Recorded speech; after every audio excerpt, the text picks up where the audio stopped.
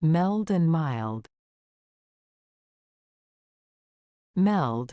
Meld can mean to blend or merge things together, often used in the context of combining different elements or ideas into a unified whole. Examples: the chef decided to meld traditional flavors with modern cooking techniques to create a unique dish.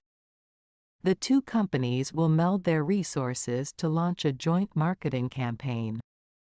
Mild. Mild refers to something that is gentle or not harsh in nature, such as a mild flavor or a mild climate.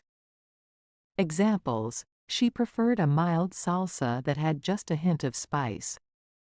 The region has a mild winter compared to other parts of the country. Differences: meld is more about combining or merging things together, while mild refers to something that is not intense or severe. Meld is often used in a more abstract or figurative sense, while mild is usually used to describe tangible qualities like taste or weather.